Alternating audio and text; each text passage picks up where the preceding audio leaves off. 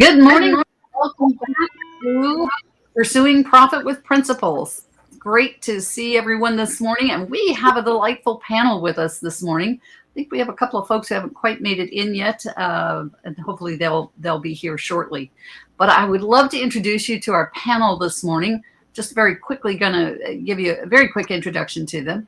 And I'm just going to go around the room as you're showing up on my screen here. So first is Pearl Cox. Pearl is joining us from the UK. Pearl is a digital marketing and communications pro, and we'll be hearing more about her later. Barbara Ellison is our wellness pro, and she has a new title that goes with that I haven't quite put into my vocabulary yet. So she'll tell us more about that. Then we have Sandy Lynch, and Sandy she's your numbers gal. Sandy helps people break down their financial numbers in their business and really understand them and be able to utilize them to help grow their business. And then we have Sean Morris. Sean is a nutritionist and specializing in keto nutrition. So welcome, ladies. Great to have you all here. And now we have Sherry Knight also. Sherry is joining us from Canada. Sherry is the founder of Dimension 11. And wow, Sherry she does so many things under that umbrella to help corporations and individuals. She does outplacement work with individuals as well as working with corporations to help them with their hiring, with leadership, with so many areas. So welcome, ladies. It's delightful to have you all here this morning. So what we want to do this morning, and feel free to unmute yourselves if you're muted, and we're just going to have a conversation this morning about leadership. There's something that's very near and dear to my heart. And those of you who know me know that I have a Facebook group called Entrepreneurial Leaders Making a Difference. And I believe that leadership is key, one of the key elements to success, that without good leadership skills, we're not going to get where we want to go. We're not going to be able to mobilize people to come along this journey with us, right? Leadership helps you bring people into your world and get them, help them with that buy-in of what you want to do and where you want to go, and have them excited also about helping you get where you want to go. So leadership is what we're going to talk about this morning. And I think I'm going to start with Sherry and just ask you, Sherry, what does leadership mean to you? How would you define leadership? Well, the big thing for me in terms of being a leader is to develop that trust. I mean, if you don't have trust, nothing is going to happen. And so many people, I think, have it backwards out there. They look at it and they go, if you're really good at what you do and you do what you're supposed to do, then I'll trust you. It should be the other way around. I'll trust you until the fact is that you prove that I shouldn't trust you. And that really, I think, makes a difference. And what you started with there, Regina, it's that influence. We can't, I hear a lot of, especially leaders say, oh, well, I'm going to motivate you. Not possible. That is right. Absolutely impossible. All we can do is create that environment so that somebody goes, oh, I want to motivate myself, and carry on from that perspective. So we're really the cheerleader. But the other part, Regina, is that we need to go backwards and go, if somebody needs to do something a little bit differently, we need to help them do it. Because if we don't help them, they won't get there. Right. Very good. It's so true. And we do need to help them. Sherry, I'm not sure, your volume is a little low, so everybody check your volume for me. Make sure that your volume is up, because I've done everything I can on my end to adjust. So, is this better? Not really. So I've asked for a little help behind the scenes here too to see if we can get it up a little higher. I have my settings as high as I can get them. Me too. Let me just do something real quickly here. Sorry, folks. Give us just a moment. And let's see if we can improve this. Okay, now try that again, Sherry. Hello. Much better. Thank you. It was on my end, folks. My apologies. It was on my end. So we've got it covered. Awesome. So, excellent. I appreciate that, Sherry. Um, Sandy, what is leadership to you? Sandy, can you hear me? Okay. Can the rest of you hear me? Yes? Okay. Yes. All right. Sandy, can you hear me? What is leadership to you? Yes, not being afraid. Not being Can you hear afraid. me? Yes. Can you Yeah, elaborate on that? I'm good at that. You have to have the confidence in what you are, who, and what your mission is. And if you can not if, when you take that stand, do it confidently, heartfully, and then people will follow you. And you pray then that you're going the right path so that you're not leading them to a condemnation or anything. You want to be sure of where the path you're going is the correct one. Very So good. it's a Thank you. responsibility. It is a lot of responsibility, isn't it? Yes. And I think there is sometimes that fear doesn't always go away, Yeah. but you move confidently in the direction that you know is correct, right? Yeah. Barb Ellison, what is leadership to you? I think for me, you just exuded leadership when you admitted that the issue with the sound was on your end. Ah, And I think that is so essential for being a good leader, is when you can literally say, hey, you know what, be that, what everybody just said, to be that confident, to know where you're right. going. But when something does happen, that you are also willing to say, hey, you know what, I might have done this was on my end. Yeah. Yeah. And how often do you see in, like the huge public figures, that they try to pass the buck? Right. But you Right. can't, because eventually, like, which president was it that says the buck stops here? You are Yeah. responsible. Yeah. And the things that happen, and when you don't take responsibility, those things, everything will go downhill, and that goes down all the way down through your organization. It does.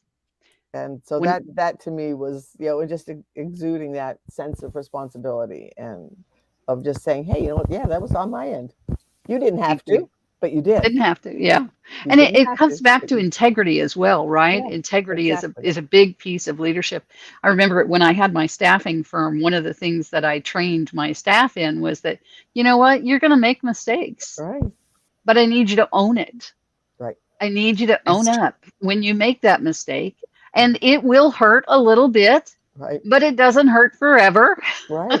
I said it's like the little kid who's playing ball out in the field, and the ball goes through the neighbor's window, right? And breaks the neighbor's window. What should he do? He should go knock Yeah, on the door and say, I broke your window. It hurts for a little bit. right. And he may have to earn the money to pay back that. And it's gonna Mhm. hurt for a little bit, but in the long run, it's so much better for Right, everyone. And right, that was one of the first things that I taught people right. when they came into my company, was the level of integrity that I needed them to display in everything that they did.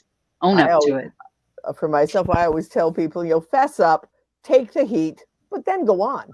But then go on. And Then like I go said, on. it may be uncomfortable, It may but be it won't uncomfortable, last but forever. And yeah, you'll grow from it. right. But Right? sometimes people, they do fess up, they do take the heat, but then they stay in it. How could I have done that? Yeah. And then a year later, Yeah. they're still wallowing in what they did. Right. Let it go. Let it go. Let Let it it go. go. And it can be that learning experience for Yes. you as well as anyone else involved. How about you, Pearl? What is leadership for you? I think leadership is actually understanding that you are a leader, because so many people call themselves leaders when they're not. And it's almost seeing, what type of leader are you? Do you use a carrot or do you use a stick? Now, I'd far rather use the carrot analogy and actually have something there that people want to follow me, therefore I become the leader. Whereas if you are forcing people to follow you, you can't call yourself a true leader. I teach a lot of thought leadership, where I help people to actually become established in a set subject. And to do that, you need to be out there and discussing things so that people can start to really react with you and see that, yes, that your name is synonymous with a certain subject. That's how you truly become a leader, and also you're known as an influencer in that way. So it's knowing and being humble, as everyone said here. To be a leader, it comes with responsibility, and be aware if you make a mistake and people are following you, own up to that mistake. And it shows a lot more courage if you can do that, and if you can help people through that, and people can see what your journey is. Again, you're leading them through the problems that you've seen, and you go through it. I think if everyone sees that, that's how I think we all establish ourselves as leaders. Very good. Thank you, ladies. Yes, Sherry. I think you're muted, Sherry. Sorry about that. I just want to with what everybody's saying here, and just an analogy. It's easier to pull the rope up than it is to push it up the hill. And that's exactly what everybody here is talking about. You have to be out front. You have to be the person who is helping everybody else get where they want to get to in order for you to be a leader. Absolutely. I remember the first time I saw a visual demonstration of that principle, Sherry, and that is to, take a piece of string and lay it on the table and push on it. And what does it do? It just bunches up, right? But if you grab one end and pull it, then it follows, it stays and follows. And so, that was a really powerful visual for me when I first saw that. What are some really good examples of leadership that you've seen in your life, in your businesses, in a company you may have worked for? What stands out to you as a really good example of leadership that you've seen? Anybody have any thoughts on that? They're all thinking, folks. They're all thinking. I come back to besides you. I mean, you demonstrate so often what a good leader does. Okay, like for myself right at this moment, you have this show, this platform, and we are part of your mastermind, and yet what are you doing? You are featuring us on your show. That to me is part of leadership. And so I know several people, and I'm blessed to know several people that also do similar things like that.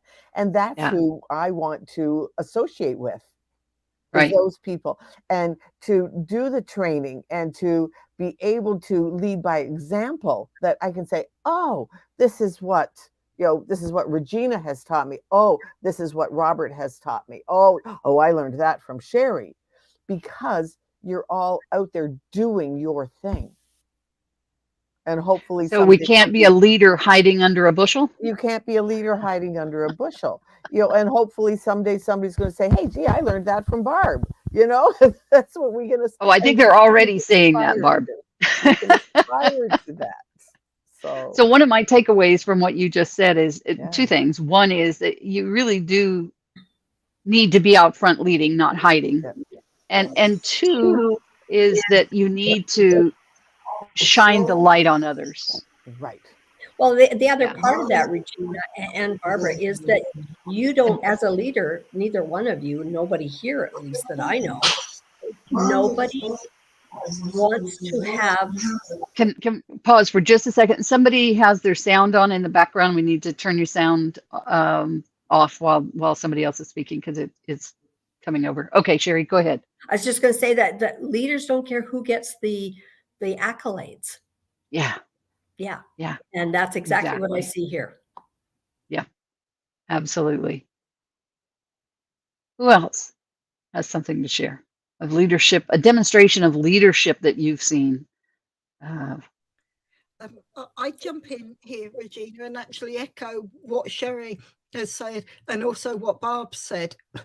A true leader gives the attention to those in their team and the people that they work with. They don't take the limelight themselves. And by showing that, others automatically put you on that leadership pedestal because they can see that you're guiding people in the right way.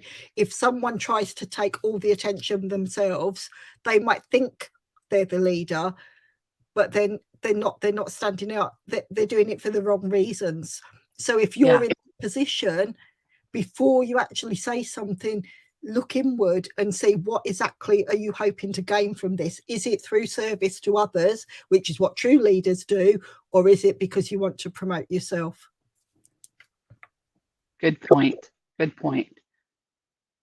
Awesome. Anybody else? Examples of good leadership that you've seen? How about you, Sean? And Sean, you're muted. Sorry. Because she was so kind to mute when I asked her to a moment ago.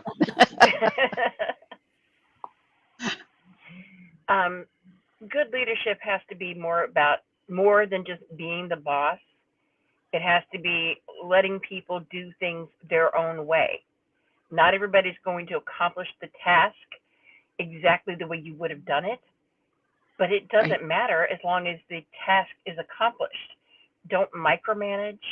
Don't think that you have to make everybody do things exactly your way to get the result. The result can be the same half a dozen ways. Let them do how they work best.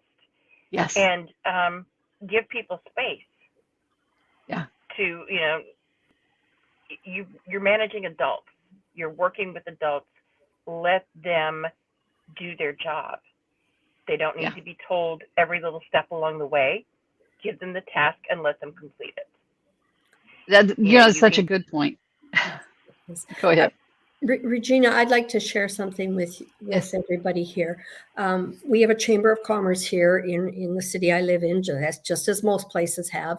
And our chamber, they call him president now, is an individual who got prostate cancer. And that's not his job, right? That's a personal element. He has spent the last 3 years, they didn't expect him to make 6 months, but he is still with us 3 years later. And he constantly is doing ads, is doing various kinds of things to let men know that they need to go and get their prostate checked. And to me, that's true leadership, because that is taking a very personal thing, which many people would try to hide because they fear the ramifications, the judgments, and all those kinds of things. And he puts it right out there. And it has been amazing that the number of men in our city who are listening. So really that's important. Awesome. So, I think an important element to bring out about leadership here also is that it is a process, becoming a good leader. It's a journey. We're not all born good leaders. I remember a time, my former husband, my deceased husband, he became a great leader in his work environment. However, there was a time when it wasn't so. And I remember this, he going back to what Sean said and allowing people to do it in their own way, he was really rigid about my way or the highway.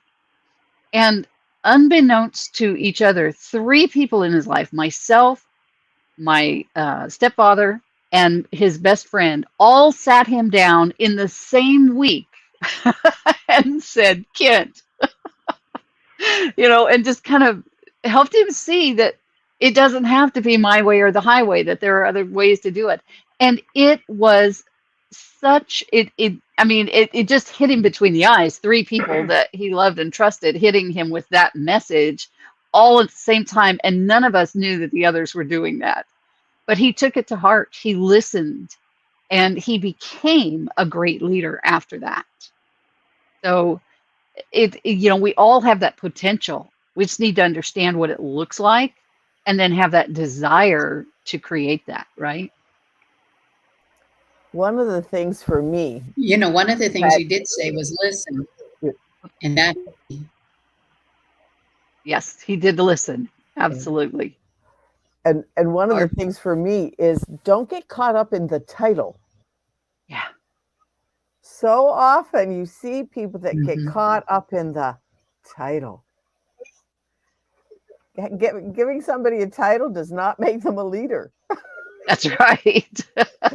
We've You all seen know? that, right? We have some politicians and well-known people that is like, yeah, you gave them a title, but yeah, they're not a leader. But they're not a leader. But they're not a Exactly. leader. Yeah. A title does not a leader make. Yeah. And I mean, we can look across history and see people that were True. given titles that just absolutely did nothing. And and in some ways actually became a detriment. So that I think it comes back to what you just said about Kent. He was willing Yeah. to learn. Yep. He was. And being hit by all three of us in the same week That's had an yeah. impact. Oh my goodness.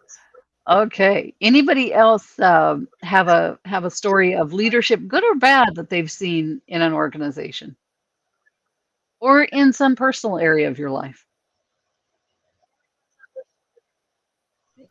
One No? time for me, Yes, Barb. when what Sean said about micromanage. Yes. And I once had a boss. He's technically the leader, but he was boss.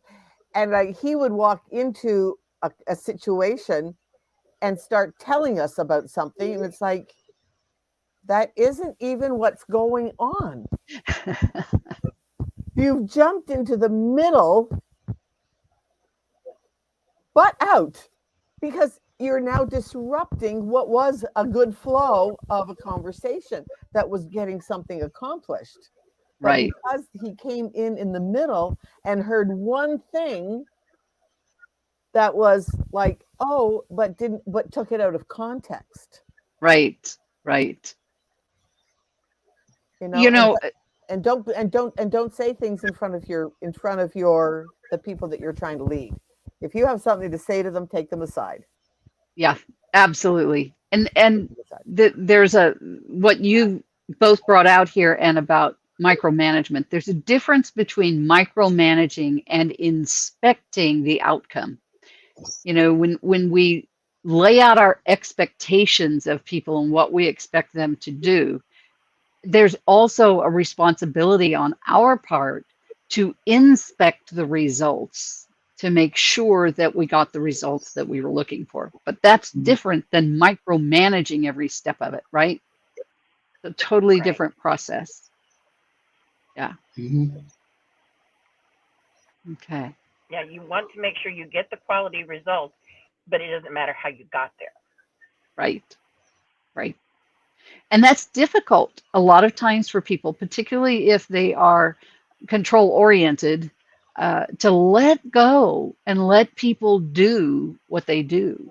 You know, there's an expression of, you hire good people, train them, and then let them do what they're good at. You step back and let them do. And step back from your ego. Yes. Yes. Step back from your ego. Agreed. And that sometimes is hard to do too. It's like, Mhm. ooh, Barbara, step back. Yeah, Very I've had good. bosses who would tell us a set of rules, and we are supposed to enforce these rules with the customer, with other people who work with us.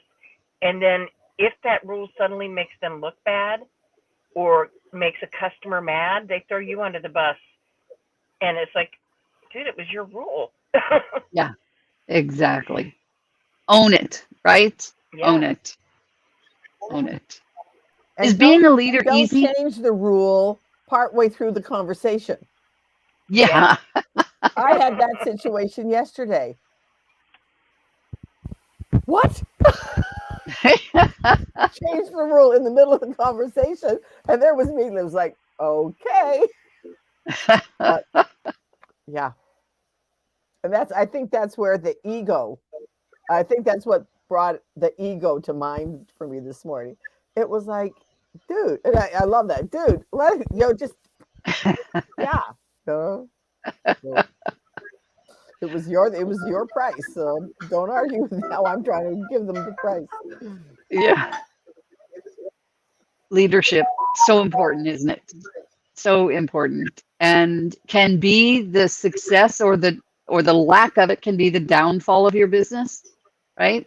It can either be what leads you to success or what leads you to failure. Real quick, and because we're just about out of time here, one tip that you would have for someone who wants to develop their leadership skills, someone who wants to improve, any suggestions? Get coaching. That's what I was going to say. Get a coach. Yeah. Get a leadership coach. There's loads Find of a them coach. in the area that you are wanting to excel in, and don't try to do everything at once. Very good. And Pearl? And learn to delegate. When you delegate something, hands off. Yeah, learn how to delegate. Yes, important. Pearl, say that again. I'd say listen before you speak. You've got 2 ears and 1 mouth for a reason. So you listen, and then you can answer what the queries that people have far more before you actually start speaking. Very good. Very good. Sandy? And Sandy's having a little bit of communication issues here, but Sandy, Practice. can you hear us? Practice. Yeah. Practice those elements. Good point. Yeah, do small things at a time. Don't be afraid to volunteer small, and then graduate. Because it is a journey, right? It is a journey. And even though you may be a good leader today, there are still probably ways you can improve on your leadership. It's a journey. You can't become. So, yeah. You can't be president of the United States just because you say so today, because you're of age. You've got to take little steps. Yeah. Become a great dog catcher. Every step takes us further down the road, doesn't it? I agree completely with what you said. Everyone said about get a coach or get a mentor. Study. There are lots of books out there on leadership. Grab a book, grab a CD, take a class. Becoming a good leader has the ability to impact not only your life positively, but the lives of others around you. And it'll help you to be a good leader in your home, as well as in your business and just all the facets of your life. So that a lot of people benefit from you developing good leadership skills. So we encourage you to explore leadership and see how you can become a better leader than you are today. And with that, I want to thank all of my panel members, Pearl Cox, Sherry Knight, Barbara Ellison, Sandra Lynch, and Sean Morris. Thank you so much for joining me today, ladies. This has been a pleasure visiting with you about leadership, and you are all great leaders in your own right. Thanks, you. Regina, for having us. Thank you. I'm hanging on your every word, the love inside, I feel it burn. I've never felt this way before. I've had a taste, now I want more. So here we are, just you and me. I'm overwhelmed when you touch me. You talk so sweet, I hear the sound, 'cause when you do,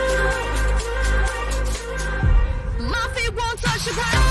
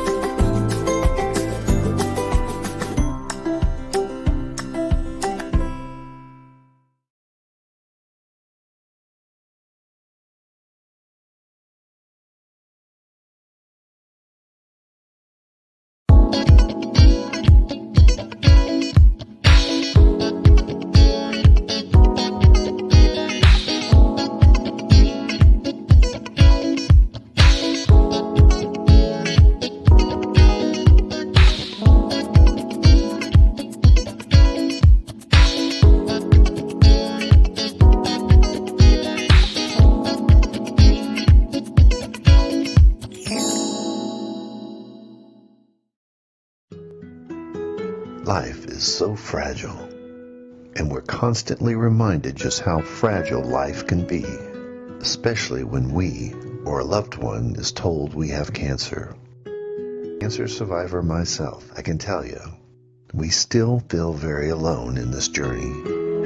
There's a study that's been shown that patients who are socially isolated have a worse prognosis, have a worse outcome than patients who are socially interconnected. Buddies for Life is a non-profit cancer support group for those whose life has been impacted by cancer. We'll match you with the perfect buddy. Humor, hope, heart, and hugs. Humor, hope, heart, hugs, and a whole lot of love. We're offering you a free membership, so please sign up today. Share this with your friends and family, and support this community in every way you can. No one should face cancer alone. I am a chemo buddy for life. We are a buddies network. No one does cancer alone. Be a buddy. And we are all here for you as a community of love. We are chemo buddies for life. And if you've heard 3 words, you have cancer, for yourself or someone else, you belong with us at Chemo Buddies for Life. Healing through connections.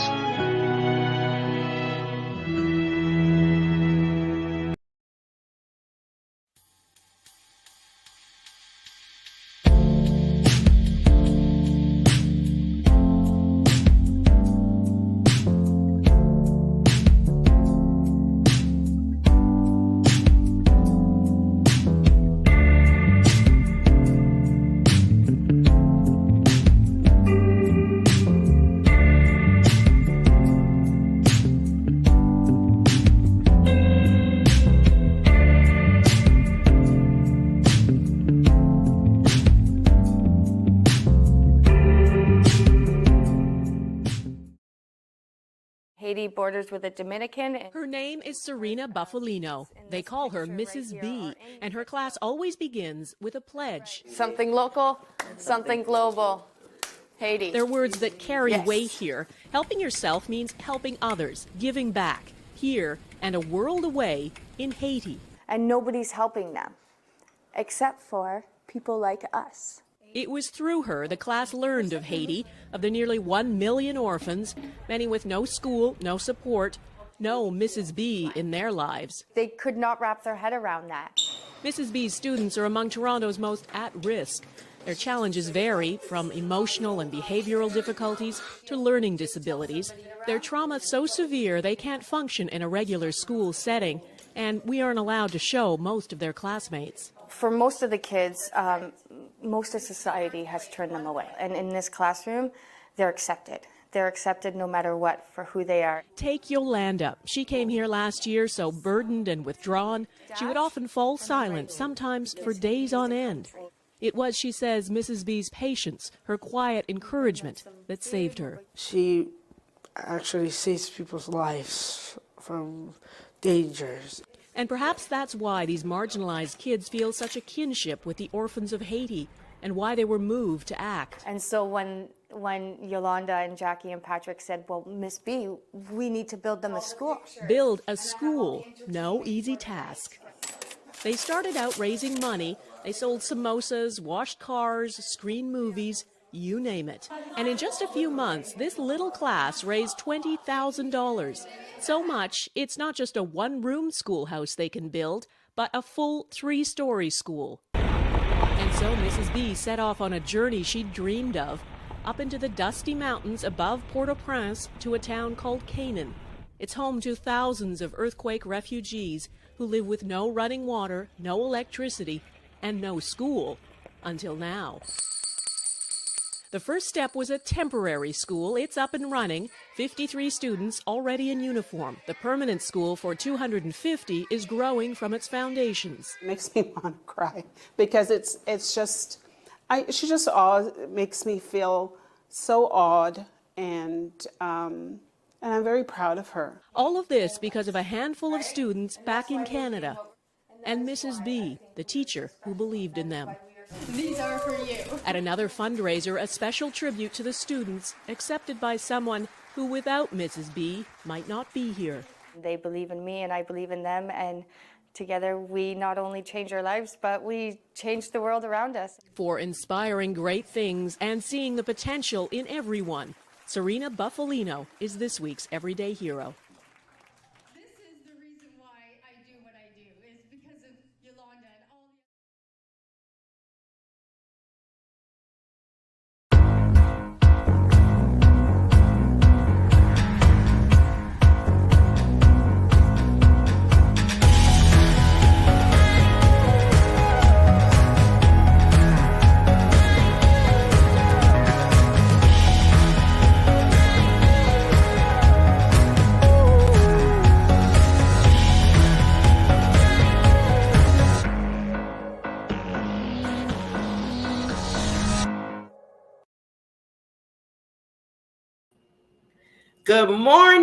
Good morning, and good morning. Oh my God, it is Monday.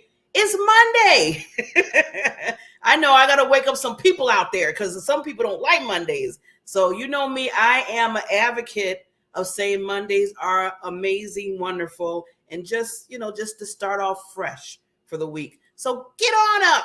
If you're not up yet, get your coffee, get whatever you need what you have to drink to get yourself motivated and moved. This is a motivational speaker. I mean, there's one coming on in a minute here, the Queen of Queens. So you could put that on your list of people to listen to when you're listening to something motivating, and we'll get to talking to her in a minute. Just get something that will just say to yourself, okay, I'm starting my day, I'm starting my week, I'm moving into my objectives of life.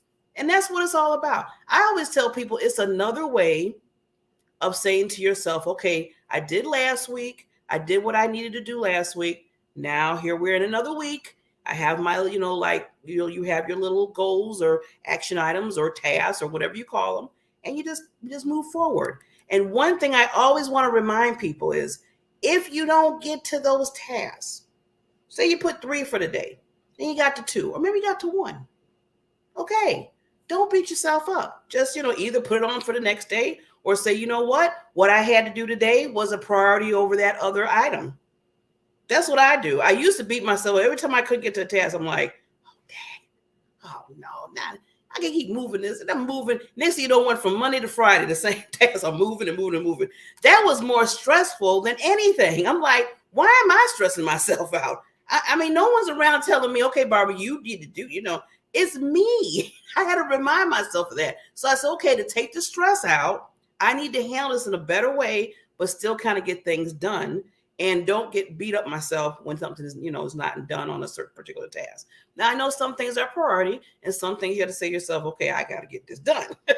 But some of the things you got to look at what you're doing and say, okay, is this moving me? Is this the needle moving me to my goal, my ultimate goal, what I'm trying to do? And see, a lot of times we kind of do busy work. I'm in that category sometimes. Sometimes I do get all busy. I be in Canva creating all these graphics, and all of a sudden it's like 3 hours later, it's like, what did I just do? And then I'm talking about I can't get none done. Hey, learn from me. I always tell people we learn from each other. But with that, let me move on to the wonderful, wonderful surprise I have for everybody. Now, this lady has been on my show more than once, more than twice.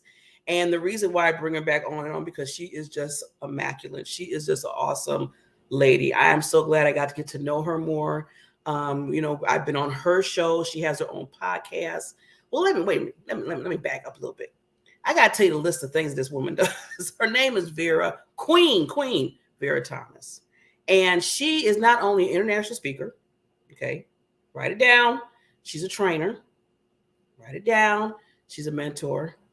She's an extraordinary poet. She did a poem last time she came on. I was like, I'm just still sitting there like, wait a minute. Whoa. I said, send me a copy. I don't think she sent me a copy. I got to ask her, you can send me a copy of that. I want that copy. She was just the poet. Just you could tell God is just in her with that. She's a producer of her own podcast, Radio Weekly, The Vera Thomas Show. And she's just an awesome lady. An awesome lady, a woman that has been through a lot, but has been victorious in everything that she does. And she doesn't use that for an excuse at all. And that's what I love about her. She is just a pinnacle of that lighthouse that I always tell people that who you are. You are a lighthouse for others. She's definitely a lighthouse for the world, and she creates a big impact. So before we bring her on, I always got to do it right when I bring the queens on. So let's bring her on the right way. Here we go.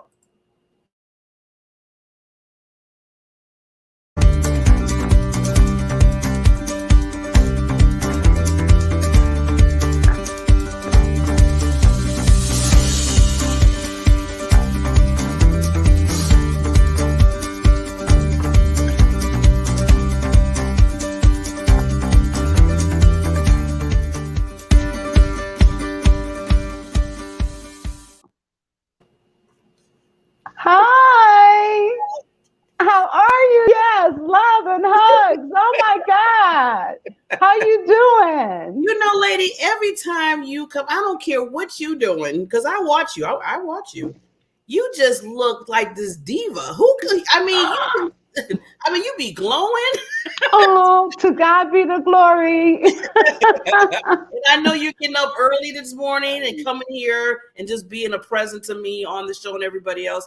I mean, you just a power pack lady. I just have to commend you for that. Yes. Oh, yes. thank you. Thank you. I am just so glad to be here. You know, one of the things that I do as I'm pursuing all these other dreams, back when my sister went into hospice, I started driving Uber so that I could be available for her. And so I'm still doing that periodically. And last night, I had a young lady in my car. Now, you know, I always share poetry and that kind of stuff. And I was sharing poetry with her, and she started telling me about her experience growing up with her parents. And it literally brought tears to my eyes.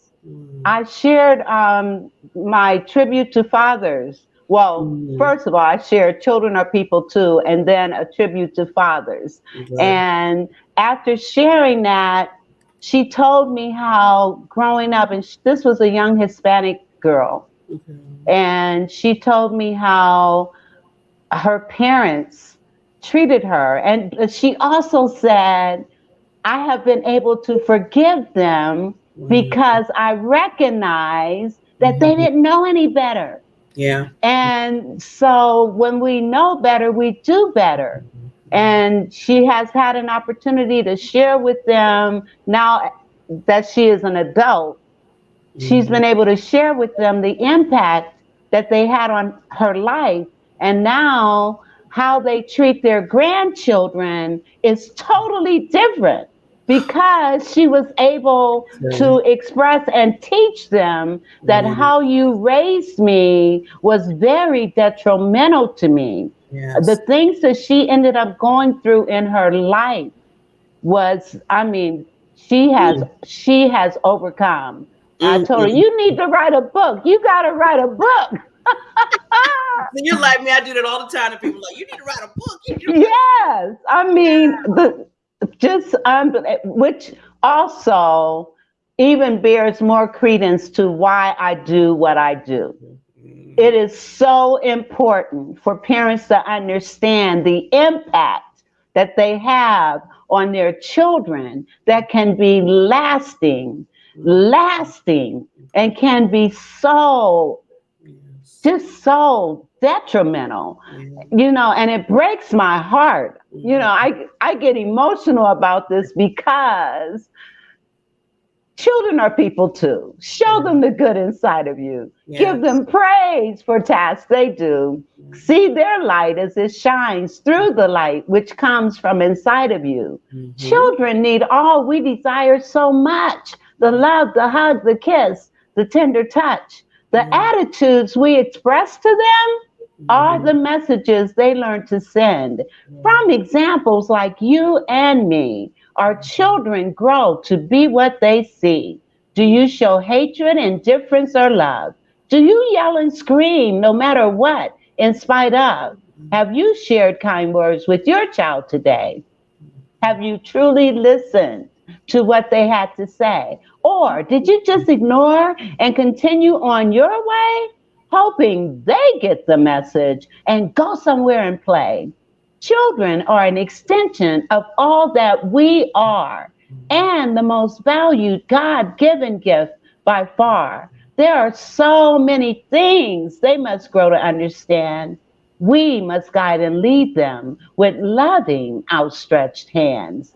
Teach and treat children as people too. See their light shine bright through the light which comes from inside of you. I just had to share that. It just came out. It just see how it just you just was talking and all of a sudden the poetry just flowed on out of there. And I was like, look at that. Look at that. It just came out. I mean, it just came out, because I just want, I have a workshop coming up. Yes, and that's what we're going to talk about. We want to get to that. Yep. On November 13th. And it's instilling greatness in myself and my children. And I'm asking two questions. One, what is the number one challenge that you are facing as a parent? What is the number one challenge that you are facing as a family?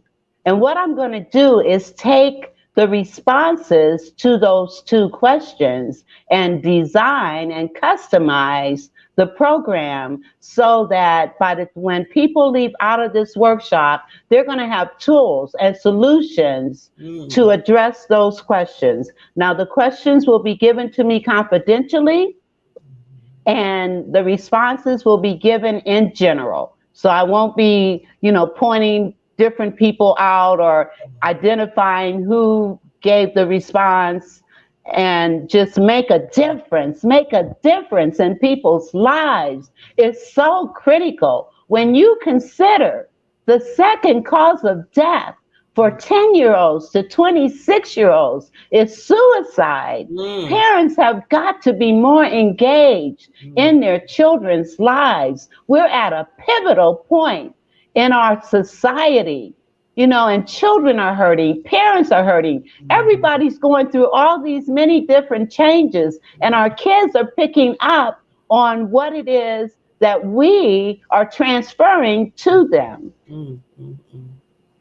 It's you know what? That's why, Vera, you're doing such an awesome job at dealing with that, because like you said, there's so much of a high percentage of children going through. You don't even know what they're dealing with. Next thing you know, like you said, they think suicide is the ultimate out. And a lot of times parents don't even realize what's going on right in their household with their children. They don't. Because I wanted to ask you a question real quick, because I know you put two questions out there for everybody about, what challenges does a parent have? Have you seen like a certain challenge that, you doing this and putting this together for your workshop? Have you seen like a number one challenge that they might have? One of the number one challenges is juggling between the responsibilities that a parent has in terms of working and also giving the time for their kids. So I have some ideas of things that can happen. Another challenge is having not gotten over their own childhood traumas. And as a result of that, it's impacting on how they're raising their children. Yeah. And so, I'm glad you hit that. I'm so glad that you hit that, because even when, I'm just thinking about my own childhood. I mean, I have to say overall, I had a decent childhood. But I had a yin and yang. I had my dad that was just sweet and all just hugs and everything. My mother, she was Sergeant Beckley. And all the years, even when my father passed, he passed way before she passed, I always was trying to figure out why she was so just rough and hard on me, to the point where I thought that I wasn't even loved by her. And it took a conversation a few weeks before she passed away to tell me that's what I knew when I was growing up. And that's how I show love, because I was showing love that way. So see, like you said, it was like you just said, Vera, people were just taking examples from what they seen through all their lives, going down a generation. But somewhere Yes. down the line, you got to cut that because Yes. it's not the right way to do it. It's not. It's not. Yeah. And, you know, when you think about things, some things that parents do, like the yelling, the impact of yelling on a child is phenomenal. I mean, number one, yelling can cause so many issues, emotional issues like depression, anxiety, shyness, because a child becomes introverted because they're afraid to say anything because they're afraid they're going to be yelled at. You know, yelling also causes continued misbehavior. Yelling can also cause headaches, backaches, stomach problems. Studies have shown that yelling can also contribute to juvenile arthritis. And so people don't understand. And one of the things I ask as a parent, how do you feel when someone yells at you? What you said. We said, let's turn the tables on this. How do Yes. you feel when somebody's Yes. Yes. How do you feel when someone yells at you?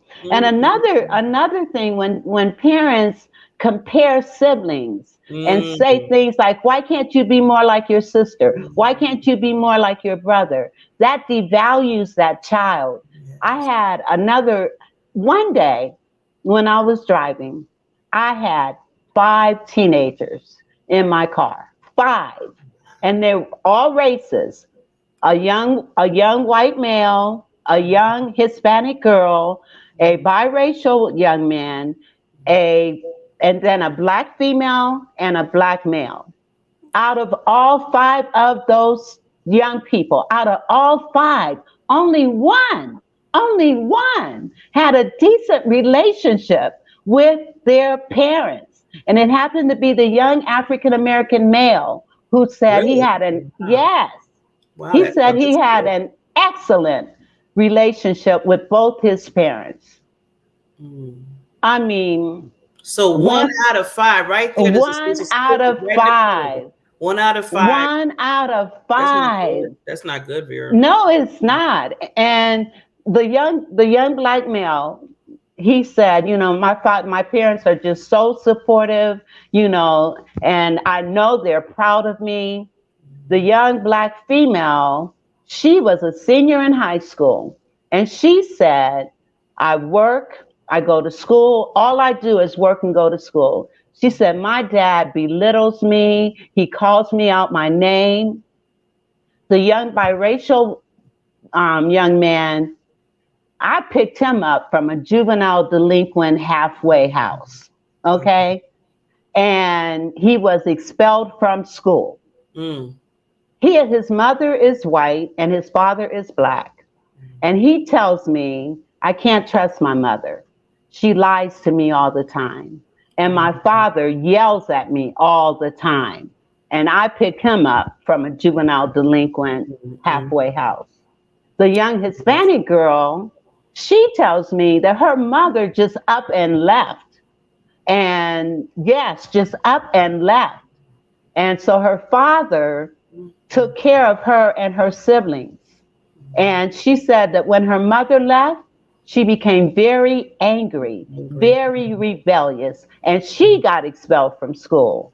And she said, but my dad, he's my rock. He's my rock. She said he got her turned around, and now she's in college. Oh, that's good. That's yes. Good. At least she had at least one parent, but that's sad how she just, oh my God. Yes.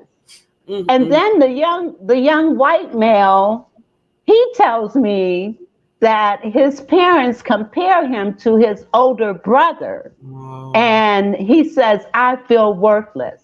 And so I asked him, well, what do you want to do when you graduate? He says, well, I want to go to the Navy. I want to be a sniper. I love guns. Oh, yes. That's exactly how I felt. It's like, oh my God, he loves guns. His parents are not treating him right. You know, I mean, I'm telling you. That's a setup for, I don't even want to go. Yes, I know. I know. And, you know, and that day, I was just totally drained hearing all of this stuff. 4 out of 5. 4 out of 5. You know, and all in one night. All in one night. Yeah.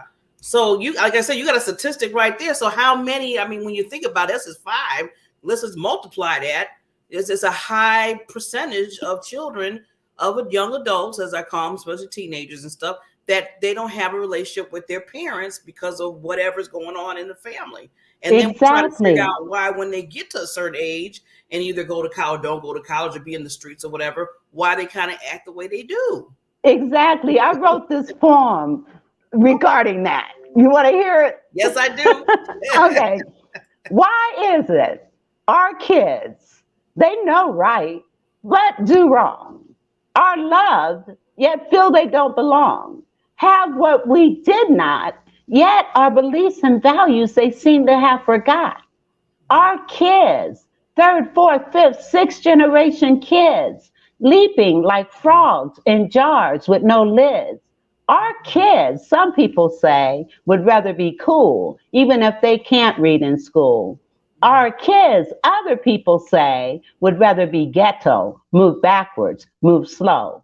Our kids, 3rd, 4th, 5th, 6th generation kids, living within the walls of our change, and we say, strange. Our children become who we show them we are. Perhaps they're living in the midst of our scars. Ooh, I just had, sometimes I tell people you just gotta just take that pause and just let it sink in. I just love your poetry. You just don't know. I just love how you just put the words together. It just comes out. I mean, it just comes out. Vera, does it just, I mean, you don't have this written, it just comes out, doesn't it? Is that? Well, I mean, I write it down when I first, you know, and the thing is, I don't rewrite my stuff, you know, however it comes out, that's how it is. You know, I don't sit and rewrite things. However they come out, that's how it is. You have that gift. It's like, see, I always tell people, people got that uniqueness and certain gifts. That poetry, boy. Woo. Well, thank you. Just hearing that should get some children and adults to be like, stand up and take notice. Like, hello, whatever's going on, just listen to that alone should get you to thinking in your mind, okay, there's some changes that has to happen. I mean, there has to be.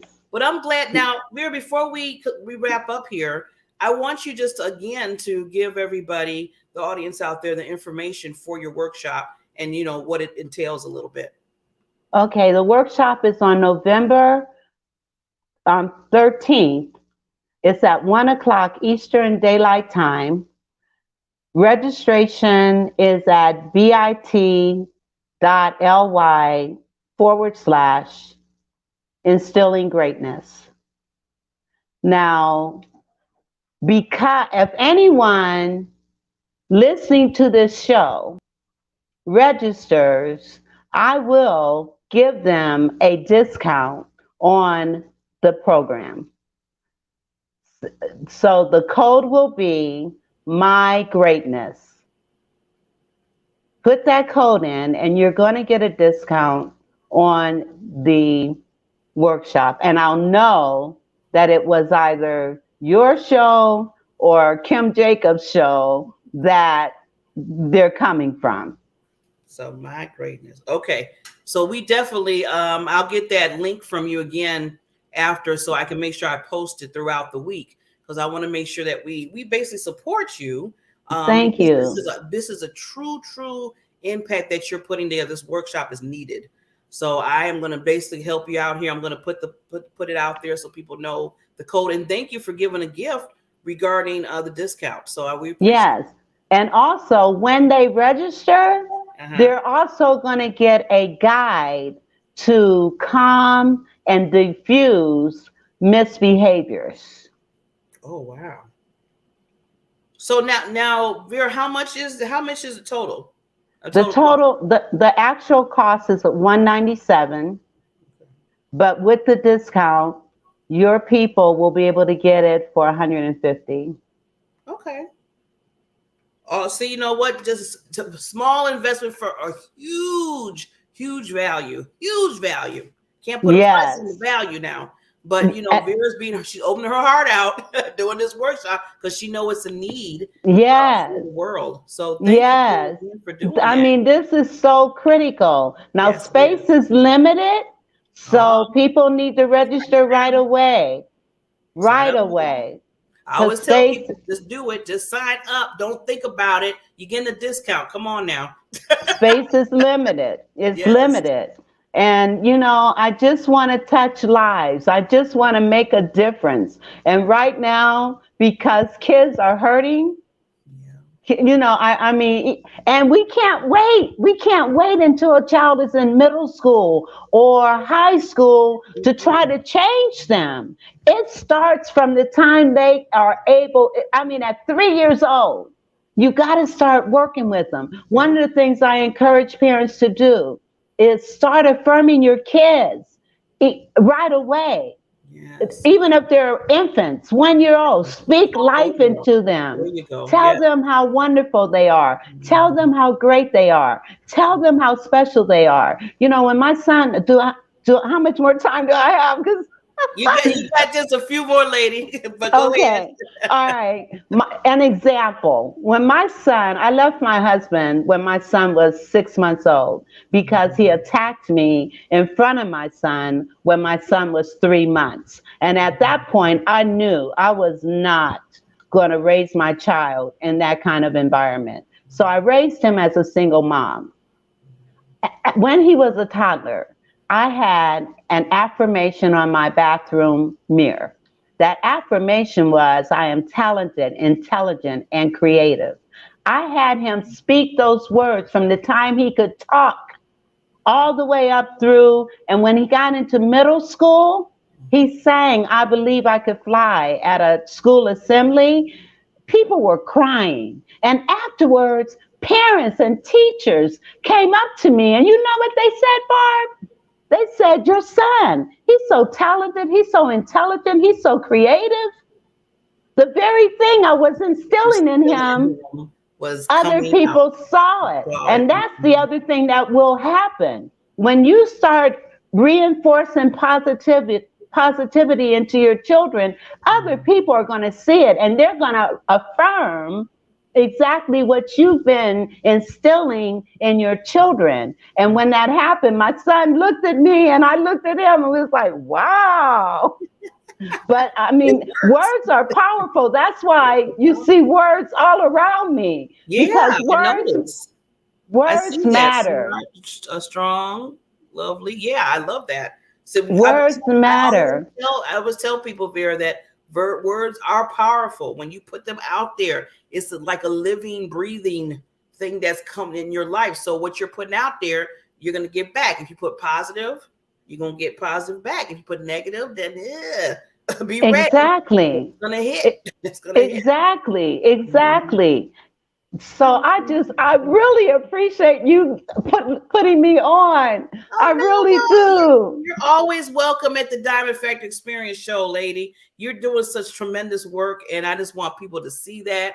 And you know, if we can get more and more people to come to your workshops and anything else that you're going to be doing, because you're going to be doing a whole lot of other stuff. I mean, you got a list of stuff that you do. Yes, and keep up with you. Yes, and I've got a couple of books that are out. Coming out. One is Parenting with Uncommon Courage. I am a co-author in that book. And then I'm also a co-author with a group of authors that have come together and taken the principles of Napoleon Hill's Think and Grow Rich. And so we are co-authoring 13 books. Each one represents one of those principles. The first two have come out. The first one was on desire. The second one was on faith. The third one comes out on November 15th, and it's on auto-suggestion. And so I'm excited. You're busy, lady. I'm excited. You know, I am, and I'm so grateful. I am so grateful, and I just want to make a difference in people's lives. Yes. And I mean that from my heart. You definitely are. You keep doing what you do, lady, and we'll keep bringing you on, showing your light to everybody. We have no problem in that. So thank you. Thank you again, Miss Queen Vera, for coming on and just being that lighthouse to the world. Again, you're not. This is not it now. You know we're gonna keep bringing you on here. Yes, and you got to come back. You got to come back to my show. That was such a great show. Oh my God. I had so much fun with you. So we definitely got to keep, going back and forth. Yes. Yes. Yes. So take care. And like everybody said, remind everybody, November 13th, and the workshop name is called again? Instilling Greatness in myself and my children. And the deadline for registration is November 7th. But again, space is limited. It is a virtual, but space is limited. So people need to register right away. Okay. So everybody, limited. So I'll make sure just let everybody know. I will put the link out there, and I'll give you the code to save a little money on finance part of it, because our queen here has given us that code. So thank you again, Vera, and you have a wonderful, I'll give you back some of your Monday back. So wow, Monday. Yes. You enjoy. We will see you very soon. You keep just being that lighthouse and being that impact for the world, lady. Appreciate you. Thank you so much. Thank you so much. And you have a great day yourself. Bye-bye.